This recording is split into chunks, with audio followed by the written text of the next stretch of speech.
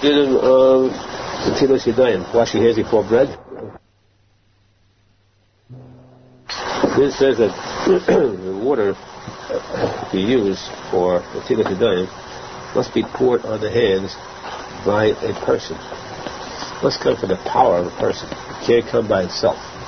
In other words, let's say if the sink water is running, the faucet is on, the water is running, you can't put your hands under the water twice each hand, because the water is not coming from somebody who's pouring it. It must be poured by a person. Same thing if you have, let's say, a monkey or an ape pouring it. Well, that is not considered a person. It's not considered a derivative of a person. Didn't come from them. Persons did not come from them. Of course, that means not all persons come from them. Certain types which are obvious.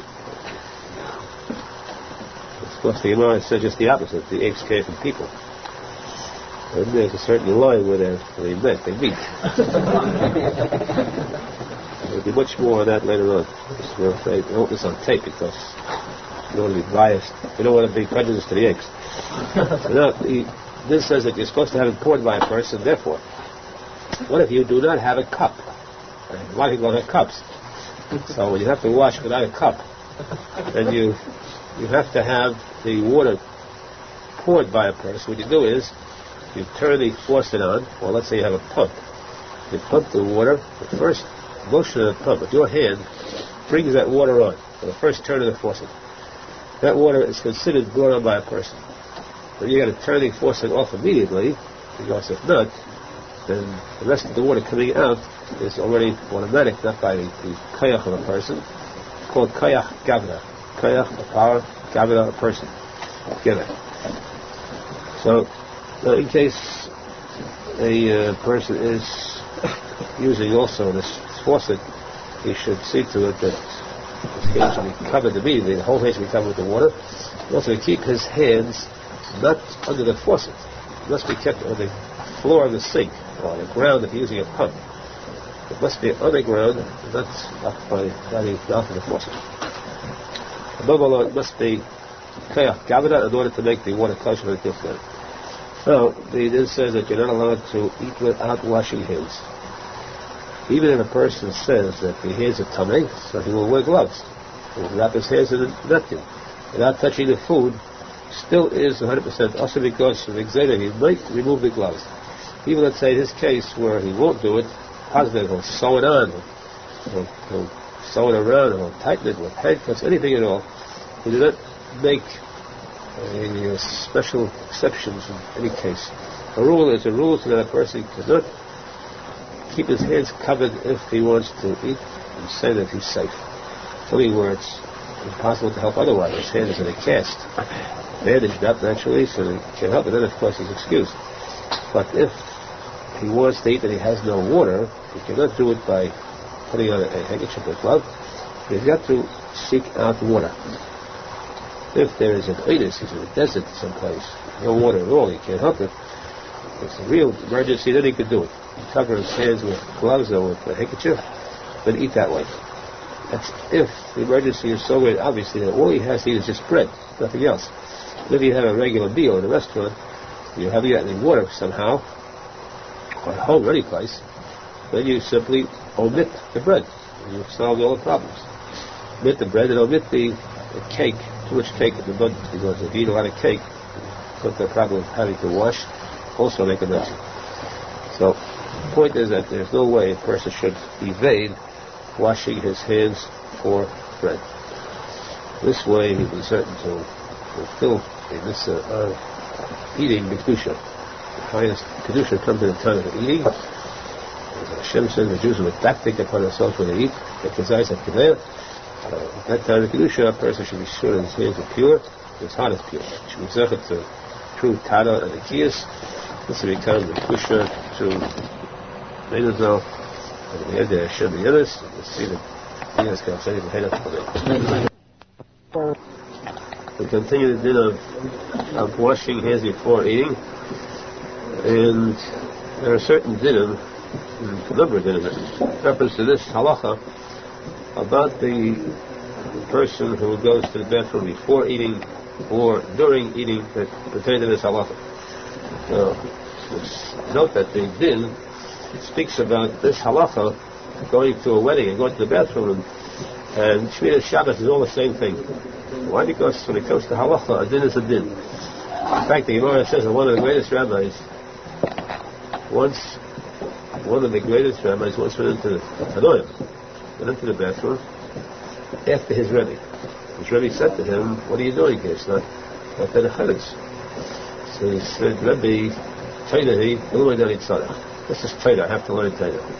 I can't learn the halacha in the bathroom too. How the Jews must conduct themselves." It's a very deep item. Pshat means that a Jew is supposed to conduct himself like a Jew. He's supposed to serve Hashem everywhere. So even when it comes to Makom Tumah, there's also a way to serve Hashem.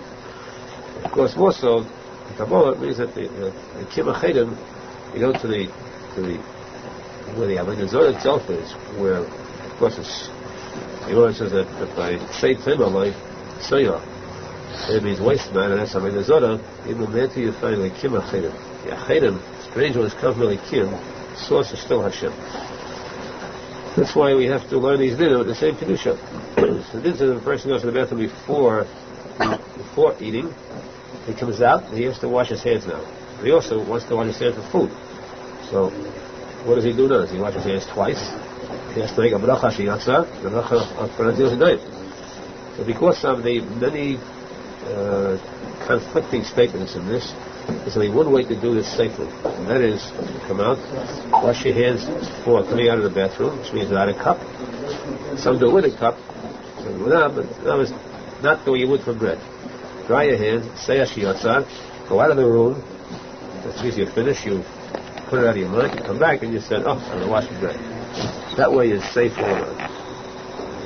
You wash, you come out with a cup like some people do. The shadow, whether you say both brachas Tegashiyatza until the day, whether you're allowed to do it that way, so in order to avoid all these complications, one simple, clear way is to wash your hands first. Brashiyatza, dry it, walk away, and come back. It's like a new thought comes to you, a new decision that you're not going to wash hands for the next. It's the simplest, purest way, no problems there. Now, a person in the middle of the meal, he decides he has to go to the bathroom. Going to the bathroom, we have what is known as ketanim and gedolim. Everyone knows what that means. So, in English they call it 1 and 2. The person goes to the bathroom, the din says, this is important, if you learn the regular Shulchan, you learn that in the middle of the eating, you go to the bathroom and you wash your hands afterwards for bread again, but you do not say a bracha at the end of the day. That's the ketanim. The gedolim, it says that you should wash your hands and say a new bracha at the end of the day. This is what the impression the person will be left with.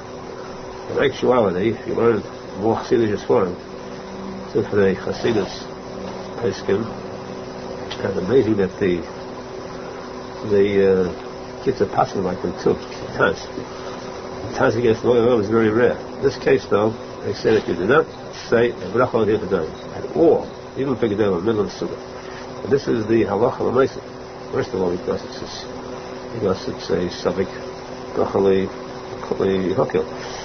a something whether you say bracha against Yaakov like you never say bracha when you're in doubt. Secondly, for more reasons than that, the bracha is not to be said in the middle of the sunnah at all, no matter what happens. This applies to either the person that got his hands dirty, or the person scratches his head, too, that becomes tummy, and re-wash his hands, or to rub his hands against something. In all these cases, the person makes his hands tummy for any reason. He touches a rodent. Still, having to wash over, there's no bracha because until the day before, covered him throughout. This is the din of in the middle of the sunnah, which means there'll be no case possible for washing your hands until the day after you've done it once. Now there are dinim, a lot of dinim that refer to eating fruit that are dipped in water. You dip fruit in water. According to the Gemara, there are many dinim about having to wash for it. Now, these are very complicated dinim, and there's many reasons for this. It's dipped in water or dipped in any liquid. In fact, it's dipped in either 7 kinds of liquid. It's wine, and honey, oil, milk, dew, blood, and water. Simon Yad Shachadam. Any food that's dipped in these 7 liquids you have to wash for them. If you wash no you don't make a bracha. However, the element today is mekel in this thing. We do not wash the hands. That's the really good element. You find very rarely a person washes his hands with fruit dipped in water, the liquid, and the Taz, right? Now tell me if the Taz is Pesach, who fires away. Look at this about this. Look at this fire about this. Why? Washing there is so powerful. It's frightening. How do people dare today to be mevatel? They did washing hands. You don't want to say bracha, okay? So the bracha is something, but the halacha is to wash hands. The Taz finds a way tremendously about that, and it's frightening the way he says it. At the same time, though, it seems that still the minig element is not to wash hands for these fruit, and therefore all these halachas that pertain to this, we don't learn about it.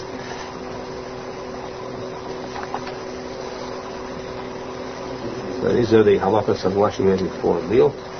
Then we'll come to the dinim about after washing your hands. We come to the dinim of the bekas hametzi. A very interesting, fascinating dinim about that. According to the dinim, according to these are basically we have to retire ourselves purely. Mayim retired. Now to see the mayim chayim, true living waters in the tzadik yemes, and retire ourselves completely, body and soul in them. That to see the Moshe Feinstein. Maybe start a new series of halachas on the Indian of making a mitzvah. How to do it, what the rules are, details and so on. First, on the Indian of Masikin. Today we have once again begun, we hope we have begun Masikin. There should be a feeling of very deep pride in those who made it today. There's a rich feeling when you get to God Yisrael and you say, I made it, because you say, once you say God Yisrael, at Masikin, you've accomplished something that's tremendous. And it's so big that the Gemara says a person gets Canadian for that alone. So certainly it's something which is according to the Gemara immense in proportion. According to the Arizal, Arizal's Talmidim, Arizal's followers from the Daktik, very much about Masikin always. He was saying about Arizal in all his years, as far as I know, never missed Masikin in his life. That's a big record to hold. That's over 90 years. So, Baruch Hashem, we started, and what makes it even more outstanding is that we started on a Sunday. Sundays, you the Pagana, the time when the guys are on today, sleeping late, and so on. And others are sleeping late. Baruch Hashem, we started Masikin. This is one of the qualities spoken about David HaMelech. He said, I am a king, and Hamdil, there are other Goyish kings. There's a difference between us. Because if the Goyish kings sleep late, then I get up very early. That's the Yisrael, Am Yisrael Malachim thing. We are kings too. Different kinds of kings. There are kings who are willing to serve Hashem with so-called sacrifice. To hurry to do this mitzvah. Baruch Hashem is over to this secret today. It should make the rest of our day a happy one. And let's try that we can continue this as long as we are able to, all the time permits. Without seeking, give us Hashem. Of course, mitzvah seeking this precious to Arizal. The mitzvah sees a pass. Bekas hametzi. Then as a hametzi is set on bread. That is on bread, you say hametzi. After bread, you say bekas hametzi. I believe we mentioned that we're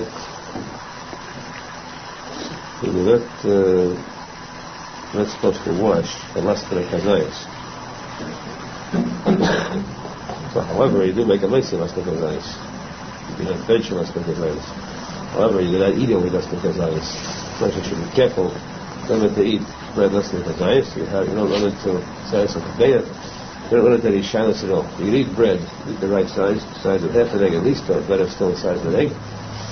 Kavaya, and then you're yotze with days according to Ameya and Yehuda, with washing, with benching, everything.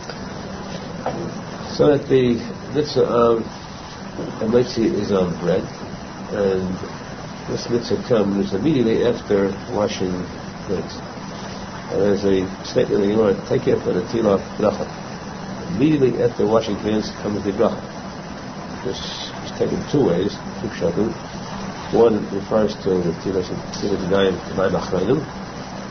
After immediately wash my hands, you say the bracha, make it so much afterwards. We'll discuss that much more detail when we get to that. No, also, today is the first time, immediately after this tila d'nayim, before bread, you have to make a mitzvah, which means there should be no hefsek in between. No space, no interval in between. What does that mean? You wash your hands with bread, and then until you make a mitzvah, you cannot talk. You cannot talk at all. It's forbidden to be mafsek in speech. You are allowed to answer amen and eat bracha as you hear. Therefore, if you come to the table, and somebody says a mitzvah before you, you're allowed to answer amen and his mitzvah, as long as you did not yourself say the bracha mitzvah. Now, that's a hefsek in speaking which is forbidden. But speaking is forbidden. Also, there's a hefsek in time. Time that it takes to walk 22 steps, 22 cubits. How many? That time ought to go from one room to the next room, that is considered a hefsek too. And that should be avoided, which means it would seem that it's practically impossible to fulfill this mitzvah. If there's 22 steps, there's some people who walk fast, they can do this in no time. By the time they get to the table, they're trying to pick up a challah, and it's night, it's already past that time. Also, to go from one to the next, you usually have your, eat in the dining room, you have your sink in the kitchen, you go from one to the next, you have already a challah, shana. This is why, at weddings, you find that they have plates with little pieces of challah in them, to save this hefsek of walking from the place where they wash, the place where they spill water, the pitchers, big pitchers, they can't afford sinks in those places because they're too poor, is what it calls. And when they finish spilling this water, bathing the floor and everything else, and then instead of walking from there to the table, which is quite a distance, you can count out people sit right next to the water as soon as right in the hole itself. Still, they take a chance on the number of steps, or the next room, or the fact that it takes more than 22 feet. Therefore, they have the small pieces of bread there to make a mitzvah. Small pieces of bread usually are challah shattery, but they're so tiny that they're probably made for birds outside. They want to save them by using them here. So when you're allowed to eat that tiny piece, and then from there to walk to your place, meanwhile talking, involving conversation, eat the next piece of bread, and you have your third course. It's a very big shayla. Of course, we know they can't afford any bigger pieces of bread too. At the same time, they do create a shayla. So this is their reason. We're sorry to say we have no weddings for today. We're getting it back to ourselves. What do you do in your house?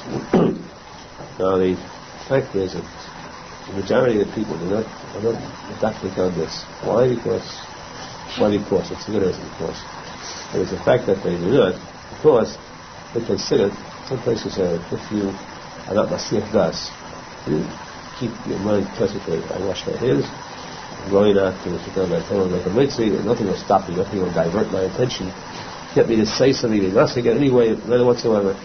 And this is not considered really a hefsek. The half days, 22 hours, walking in time and so forth, is not really a hefsek because my mind is concentrated, and if I'm holding the mitzvah and cutting it, I don't have to cut it too fast because time might go past. This is the anchor, the mitzvah of mitzvah itself. The mitzvah of mitzvah is that I wash my hands, I'm going to make a mitzvah, I'm going there, that's the mitzvah. Same thing as a Aharon, hoping to say it's saved. As long as he put his foot out to go, he doesn't have to get to the duchen by the say itself. Started to walk, it's finished. This is also the ashol, so this is started to walk to make a mitzvah. So, of course, there is this dib still. But the person could be retirement, more well and good. Not, at least they should see to it that it should not be Mashiach Das, and they should not speak. No matter what happens, they should not speak between the brachot yesodayim, the washing, that is, and the washing and the mitzvah. Now, if he did speak, he did talk out. Somebody asked, did you wash it? He says, he says, yeah, yes. And he says, oi. yes, and he says, oh yeah, I spoke, what did I do? I went and talked so much. He realized that I was speaking, and he asked me a question. He goes on a long conversation. He keeps saying, oh yeah, and by compounding a felony. So, why does he do it? Because people run away with the fact, people think that if they said a word, yes, between and washing the mitzi, that someday they have to hang by their tongue and you had to burn the tongue over hot cooling. Just to have to talk out between the two. The fact is the person should not talk out deliberately. He does, he won't pay for it. So then you can there's a special place you hit it from different parts of the body. The tongue you have, eyes you have, we should not see those things. We will not see those things. The help of Rav will take us, who will protect us, all those things. But that is deliberate. The person who accidentally says a word is not considered a hefsek to the evidence. In other words, if he did talk like that, to go back and wash again. Truly not to say a bracha, he'll hear again, which is mistakes that people make. So if you happen to speak, you don't go back, you don't wash again, you just close your mouth, and don't discuss how sorry you are about it, keep it to yourself, and make the immensely afterwards. But if somehow he was completely diverted, and he washes says he's going to make a mitzi, so he told them about the score, the game, and he said who's up and what's on first and who's on second, and how many yards are they for the. Then you get the discussion, and you go to the table and sit down there and says, oh, I gotta make a mitzi now. Go back to the drawing board and start all over again. Go wash. He got in the conversation that he did speak, and he got his mind off. It was a real hasachadas. He must wash a second time. What? Forgot about it. It's definitely not a bracha always. But the ikir that we have today is that a person should know it is the Eved Hashem, the emes, the tzmidas. These are some of the things that would seem, I wouldn't dare to take it myself, but it would seem that there's certain things that are chumras yisodis. People who are very much redactic on certain halachas. Very much. They only kill themselves and kill others for the sake of the halacha. Ready to murder for the sake of the halacha. I know this is an ikir. When it comes to the ikir, they lose out thoroughly on. Arizal said the person should not make his life bitter. Ikir Hashem simcha. To make your life bitter with chumras yisodis. The fact that he uses chumras. Save this fire that comes to say this, put it into your tefillah, put it into your meditators, put it into your chatzos, put it into getting up early, seeking, use that, forget it, use it really on Hashem. This, I cannot give a license, Chas Hashem, to say you should make a mitzvah after the time it takes to walk 22 hours, let's say 22 seconds. However, I do say that this is not, it's done with the proper like it has chadas. You have your mind on what you're doing. It's certainly better than a person who runs this 21 amas and makes a mitzvah, but meanwhile has his mind on other things. So a person should do things with demons, which is the equal way of serving Hashem. As brought many times, the Torah finishes just before Azinu. The Torah finishes at Teshuva. Actually, the finish is Torah ad Teshuva. The finish Teshuva means completion. What's completion? Tznius. This means simple sincerity. We are proud to say we are real Menachem. We're not proud, of course, we're ashamed, but in the sense that we are Eved Hashem, and we don't look for any chachmas, any kursim, any twists, any kind of fancy things. Simply to be Eved Hashem, accept the business of Hashem without question, obey Hashem, the things, be tired as much as we can. Always be as cautious and tzadik emes. And that way we know that we're doing right, because there are enough going against halacha, enough places to say that you could take a little more time if you already process the act of it. So therefore we should be zecher to Eved Hashem the emes, this Petzias Apas, which is, Arizal says, the beginning of the real Avodas Hashem. That's the R Nosson, which means that the person cannot serve Hashem the Ma'aseh. Arizal says no person in the world can ever say, I put on tefillin. So you know what this tefillin is, and Hashem says put on tefillin means you got to do it infinitely more kavodah than you did. You never really did a mitzvah. No person, I have made a mitzvah Hashem. Yes, mitzvah Hashem is infinite. So a person could not really obey this. What could a person do? can have the Ratzon, the will, desire to do it. There's a person who can obey Hashem. That's why we mentioned many times that Hashem does not expect a person to fulfill mitzvahs in such entirety, in such perfection. He does not expect it. And note that fulfilling a mitzvah, the Maasiyah is the lowest of the Dalei Lamas. I don't know how Asiyah is the lowest one. The action is the lowest. It's not important. Action is the feet. What goes up higher, further? Top is the mind, brain. The heart, that's way up. The heart is the Bria, the brain is way up, is the Atzilus. And that's what Hashem wants. Hashem wants to fulfill all the four worlds, not just the Asiyah, the lowest one.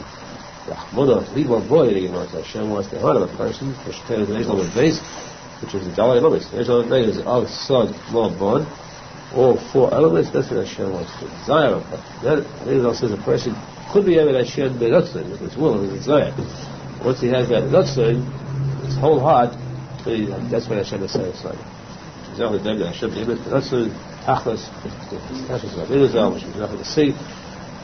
He asks Mashiach Chenu, which will fulfill the Nosson of Hashem, the Nosson of Mashiach himself, who wants to come. Our Nosson is, you see the video position right on it. The din of making a mitzvah. The din says that you're supposed to make a mitzvah from the best part of the bread, of challah. Which part is that? The part that's baked first, the crust, and not on the inside. The reason for this is because of the coverage of the bracha. Coverage of the bracha is you make a bracha, make it on the best part of the bread. That's on the crust of the challah, because that's the first part that is baked. So it receives preference as far as the bracha too. Now, there are some people, old people have no teeth, they cannot eat hard bread. For them it is permissible, to make the bracha on the soft part. Since a person should not be mafsek between the bracha, the mitzvah, and the eating of the challah, cutting of the challah, the chit itself. The person makes a mitzvah, you got to eat the mitzvah immediately. You got to first start cutting the challah. That takes time.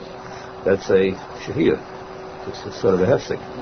Therefore, in order to expedite that, cut that time down, there are some whose custom it is to cut the challah before they say the mitzvah and cut it to a point where it's really separated, but it still is attached. Then they say the mitzvah, they cut the rest, so it takes only a second to cut the rest off, and they have it all ready to eat. There's no hefsek there. It must be, of course, still attached, otherwise you're not getting the mitzvah cutting. Challah. Shabbos, well, you must have a shleinu. It needs to have two challah shleinu. You can't do that, so on Shabbos you just put the knife across as a symbol that you're going to cut at that spot at the same time. These are things which are, some are medactic in it, some not that much. Just the idea, the person should see to it there should be no hefsek. Quickly go to the mitzvah to cut. Between the mitzvah and the cutting of the challah, of course, there can be no hefsek at all. You cannot answer omnei for anything. So the cutting of the challah itself, the flour, that Arizal says is a mitzvah involved. It's involved in the cutting of the challah itself. A person who cuts challah, Arizal brings us in the Halacha, a very, very important moral lesson. A person who cuts challah, the cuts of challah shows that we are different than goyim. Because goyim will bite from a chunk. A goyim will first slice up the challah. They'll put slices on the table for the guests. They will not put whole challah. Different than goyim and the Jews are. The Jews are whole from shleimus, completion, wholeness, perfection. Goyim are sliced up. All right, tiny slices of well done. Now, in cutting the challah itself, Arizal says, we have a special mitzvah of cutting. And a mitzvah which is a big segula, it's an aid to a person's having parnasa. Because although, a very big Kiddush, although the Gemara says The Gemara says that there are certain things where Hashem never gave this power to malachim, angels. For example, the power of rain was never given to a malach. Secondly, the power of parnasa was never given to a malach.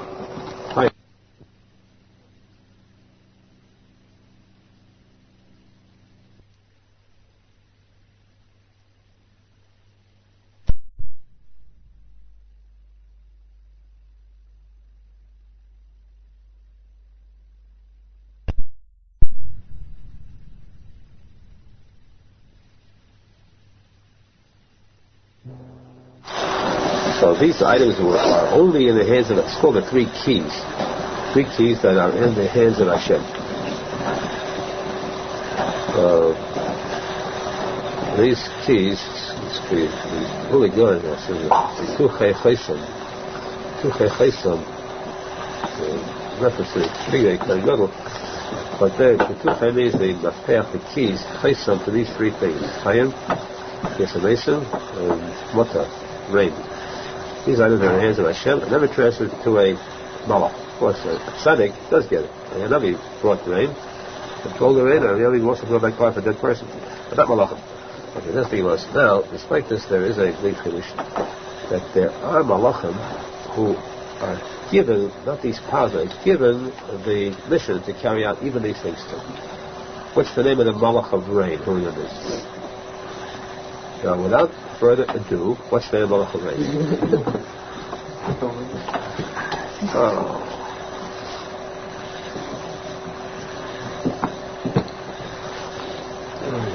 Well, we're going to have a guillotine party later. We say it every time in the Tefillah is Geshem. The name of the is, besides the notations which you know for sure. After it's good to know, so in case you ever ask, you know, the Malach is Avri. This is also, this is brought to out the Zeri Kodesh, Arizal, Nosson bring this. The name of the Malach of Panasa is, we cannot mention it, the name, but it's spelled Ches Taf Chaf. That word, in simple translation, a word means Chatach, means to cut. To cut. So when you cut the challah, you are fulfilling that word, cutting, that malach, his name is Ches Taf Chaf, Chatach, and thereby you are incurring, you're invoking the blessings of this malach of Panasa. The posek in Tefillah, which pertains to Panasa, the side of Panasa is Pesach Es Yadecha, Masbila Ha'Charatzan. That's the Tefillah of Panasa. That's why Ashrei is the most important Tefillah because it contains that posek. Pesach Es Yadecha, the last letters are Chatach. How do you get this Panasa? Because Chatach has the last letters. How do you get this Panasa with this malach? How do you get the malach? Because the Zaydi Kodesh says that whenever you have a marriage, you have children, you have fruit. When you have a marriage above Haviyachal, Yichud Li'ela in heaven, you have a Leda of Shefa. So Pesach Es Yadecha, the first letters are Yud Kei Vav Kei Aleph Dal Yud, that's Yichud Tzidich Shkintei. You got the Tzadik Aleph, that's 26 and 65. And the last letters are Chatach. First letters lead to the last letters are Panasa. Therefore, a person should have Kavanah when he touched he's invoking the bracha of the Malach Panasa. This is not a Shir Halacha here in Kavanah more so, but still the Halacha is you should do this with Kavanah to cut the challah because it is a mitzvah. For these mitzvahs, the Tech Ava and the Ava, that's what we've seen in this. So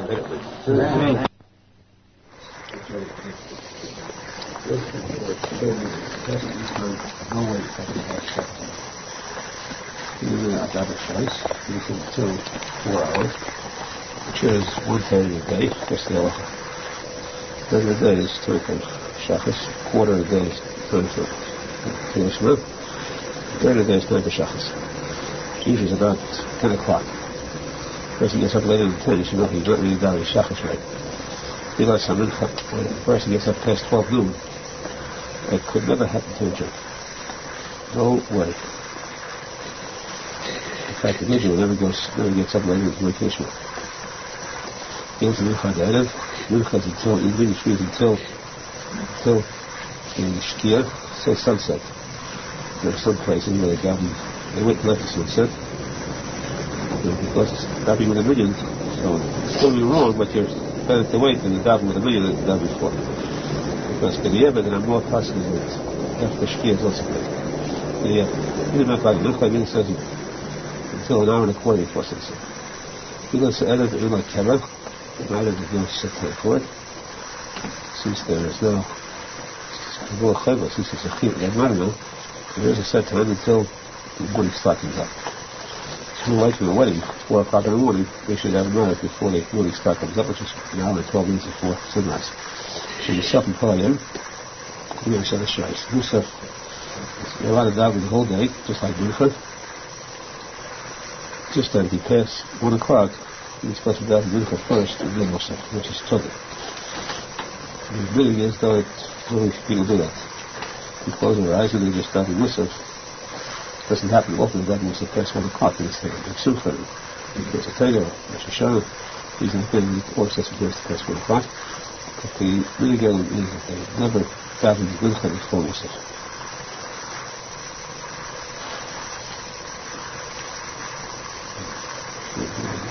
Taylor the one should be the Shana and Sira the Suda. I think it's the Shana and Sira and the Dina and Suda. The deal. The Shana and Waracha and Kahwacha.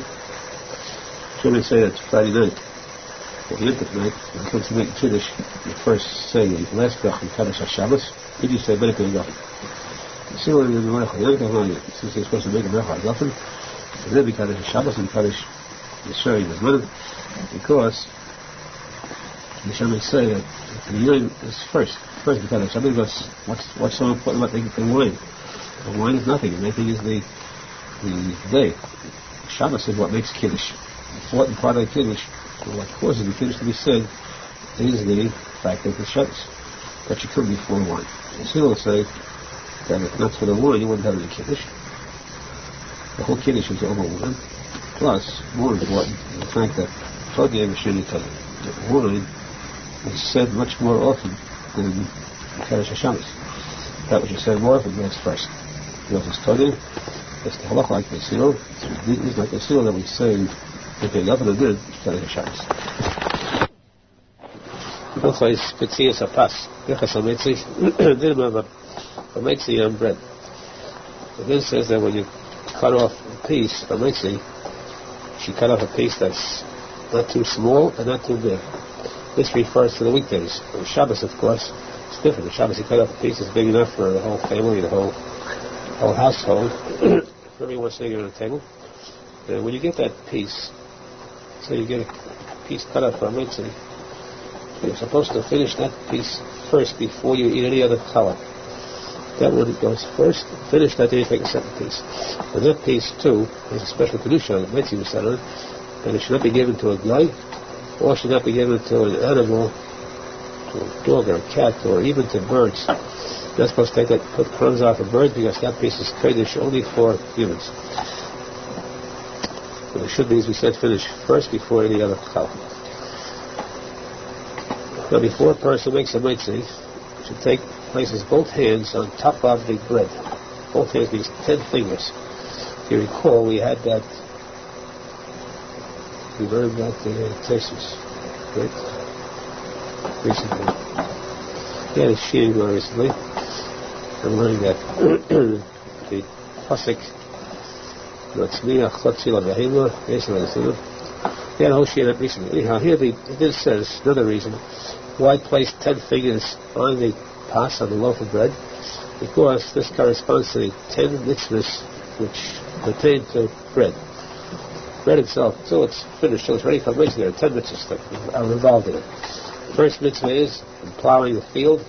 There's a din with sachresh b'shem achmai. You're not supposed to plow a field with an ox and a mule together. That, you know, is when you want to go plow the field for the sake of planting and seeding, for the sake of bread, you have to be careful with that mitzvah. Second mitzvah is kilayim. She's not supposed to plant a mixture of seeds. You're not supposed to mix seeds, just like you cannot wear a mixture of wool, then you cannot plant a mixture of different types of vegetation. The third one is leket. The reason when gathering the wheat in the field, if a person, the farmer, drops something, one of 2 grains, he's not supposed to pick it up. He's supposed to leave it for the poor person who walks through it. Shikhof, if he gets a bundle of wheat in the field, that too is left for the poor. Payah, the corner of the field, is left over also for the poor. These 3 are left for the poor. They are still part of the growing of wheat for bread. Then you have mitzvah when an ox is going through a field, probably you're not supposed to close the ox's mouth. While he's working, you must allow him to eat from the crops as he goes along. This means that first any worker who's working with food should be allowed to taste that food. Then when the food is finished, the wheat is finished, and you have mitzvahs Truma, giving 1/50th to a Kohen, Ma'aser and 1/10 to the Levi, Ma'aser Sheni, 1/10 you bring to Yerushalmi, eat there, and finally when you bake it, mitzvah Challah. Total of 10 mitzvahs in the pas, bread, and therefore you place 10 figures on the bread. Therefore too we have exactly 10 words in the Bracha HaMetzi, and 10 words also in the Parnasa.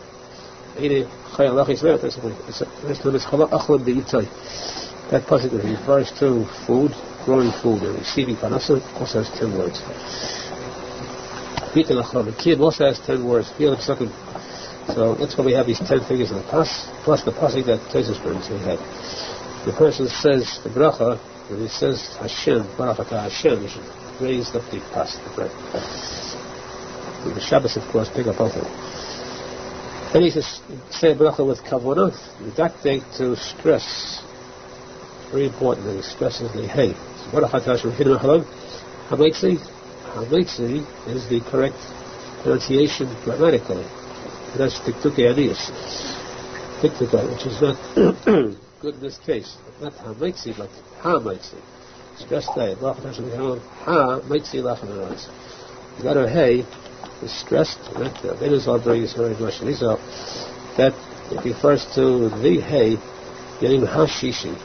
That's a special letter hey we find the 6 days of creation. You do not find it any of the days of creation except the 6th day. And hashishi, that hey of hashishi refers to this 6th. What's special about this 6th? The 6th day of Sibur when the Jews got the Torah. And also Hametzi. You say that there's a shouting more. If you recall, we had this whole shir about what do we say, Meitzi Lachnos or Ha-Meitzi Lachnos. We say Ha-Meitzi because, again, there too, why Ha-Meitzi? Ha-Meitzi is Semi Pachatzumas Mitzrayim, Hashem bring out of Mitzrayim, for the sake of what? To bring you to Sinai, Ha-Sinai, to give you the Torah. So therefore, all this is included in that word Ha-Meitzi Lachnos. Ha-Meitzi for the sake of coming out of Mitzrayim, for the sake of getting to Sinai, getting the Torah. Stress that letter Hey. You get to Ha-Meitzi Lachem, Min Ha'aretz, the pause between lachem and min, not to combine the 2 mids. And after the bracha, you should eat immediately because you're not allowed to master between the bracha and the eating of the bread, even to answer amen. There's no pause whatsoever. You're waiting for bread to be handed out to you. You simply have to wait quietly, patiently. And if others are making a mitzvah at that time, you're not allowed to answer amen for them. Also, a person should try to eat a kazayas without a hefsek. You eat the whole piece of challah 1/3 without talking out. That's, of course, a little difficult. Nowadays, the appetites are cut down so much, at least for bread. So, at least as much as possible to obey this halacha. The other is to make sure that there's no hefsek between one dorish and the second. You should be zech to the end of Hashem, but we hefsek constantly end of Hashem, the end of Ketayla and Tfilah, and in perfect health for the neshama, and also for the guf. The Fuas HaNefesh, the Fuas HaGuf. And it all says, Rappe Yerape, twice, what's double Russian, what's the Nefesh, Fuas HaGuf. Combination of both. So that way you should be able to Hashem in firm, Ramuna, and Hashem, and Tzadik Emes, and exclusively Ramuna to say to the Eskel of Tzadik, and the Kitzur Hamad. First, let's see if I pass. We did a mitzvah on bread. The next thing we have is that it is a mitzvah and a chiyuv to have salt on the table. The salt should be on the table before you even make the mitzvah. And when you make the mitzvah, you dip the bread into the salt or sprinkle the salt on the bread. The reason is that the table is compared to a mizbeach. The posek zeh Shulchan shel Bnei Hashem. Tables before Hashem means that it is a mizbeach. The other mizbeach, in every korban it says, "I'll call korbanecha takelim melach." Every korban that you have, you should bring salt. Each korban, since the table is a mizbeach, each meal is like a korban. You must sprinkle salt on the bread.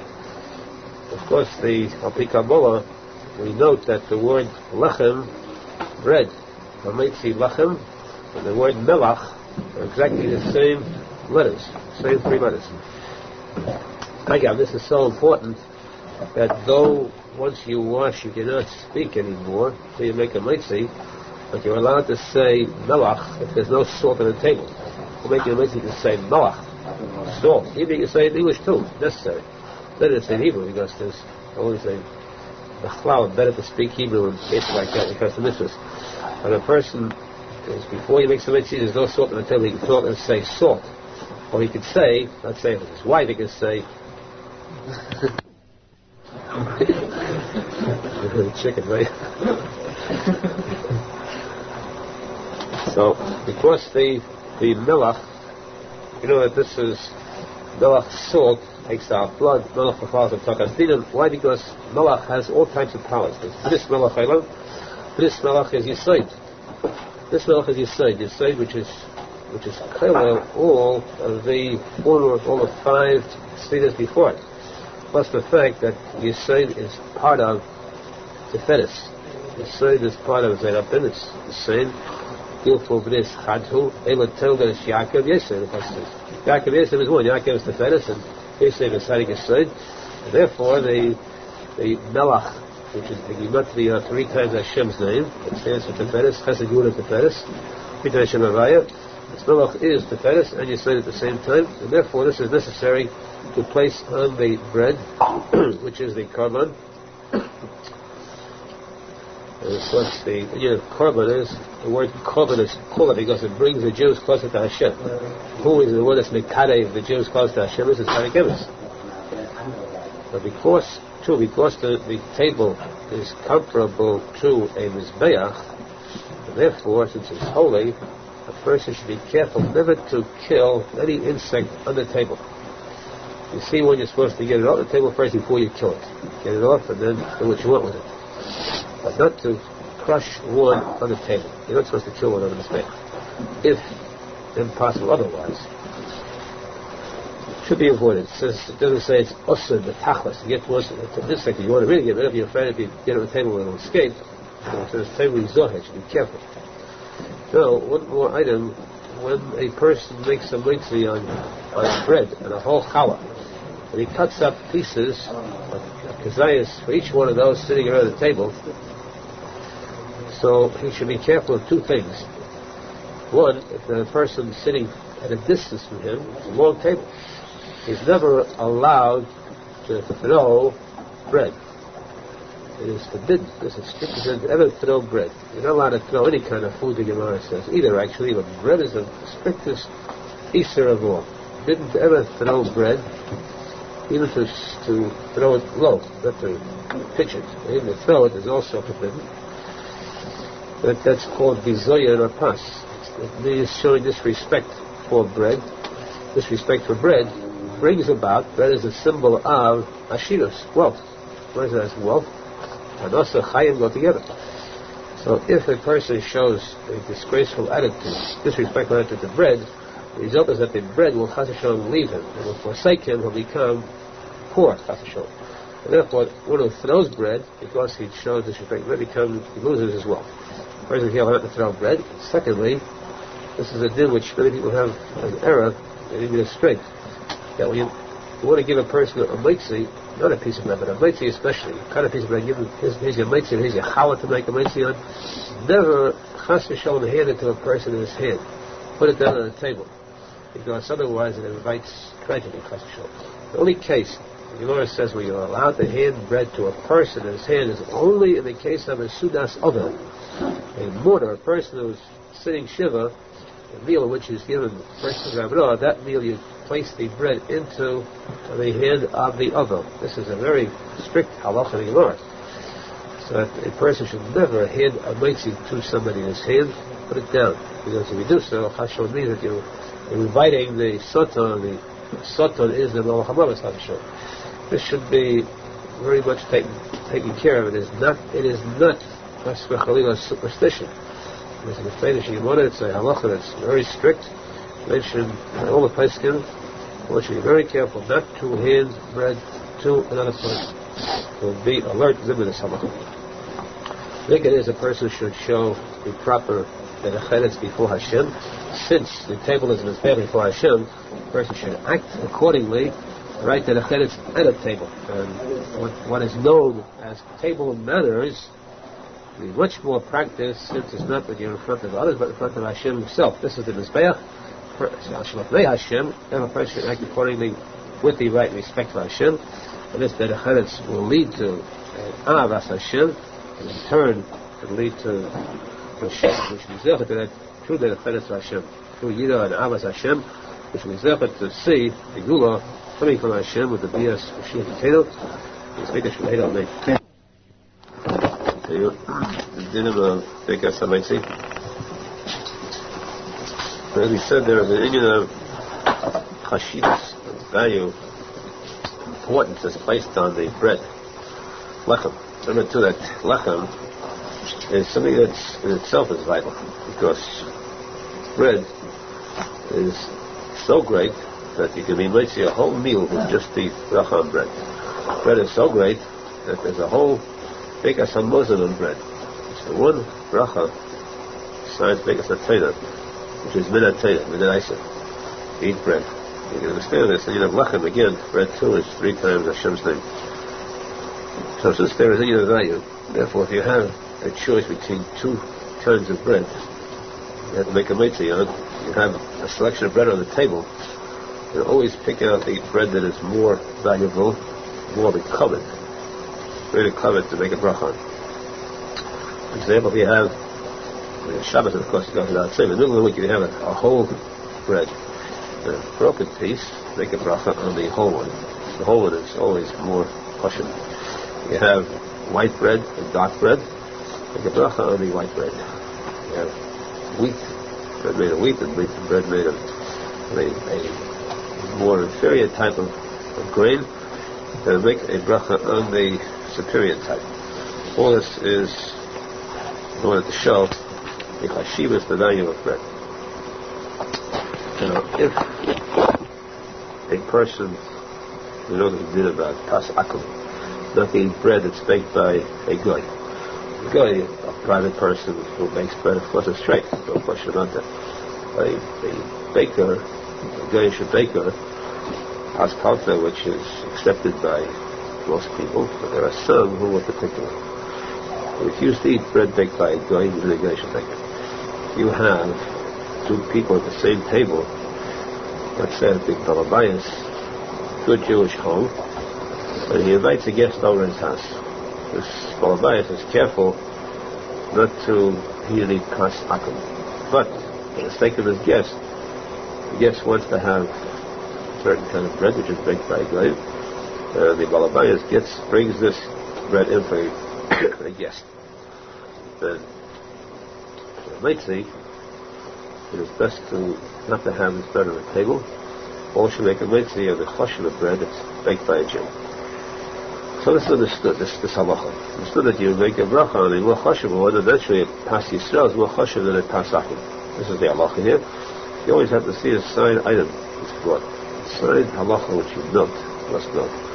Here's a case of the chashivas, where the Gemara says that achmas ha'sarchim is so great a mitzvah, it's bigger than being machnas eidach to the Shekhinah. Of course, the Shaila, why is the human eidach better than the Shekhinah?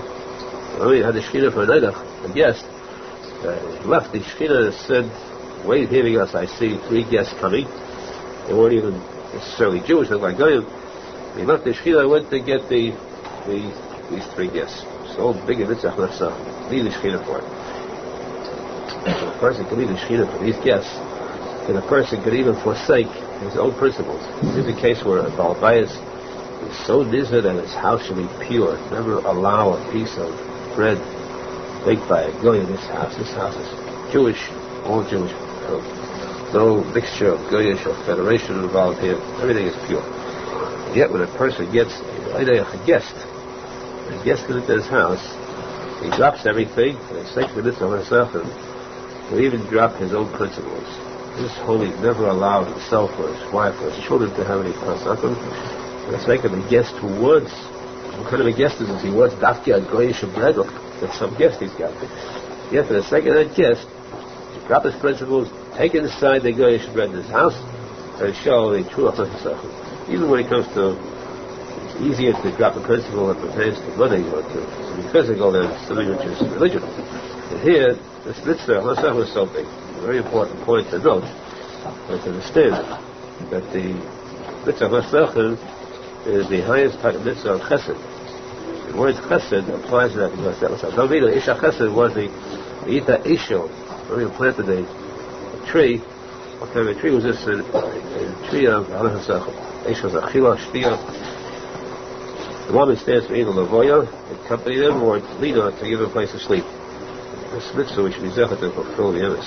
This whole din of chashivas that we spoke about, always pick up on a better bread and not the worst bread. We'll see that you make a mitzvah the best chashiv bread possible. That's only if you intend to eat from both of these breads. If you have a mind eat only from one single bread, even if that's much inferior, then that's the only way you make a mitzvah on. If you eat from both, you have to make a mitzvah. The mitzvah should be on the middle.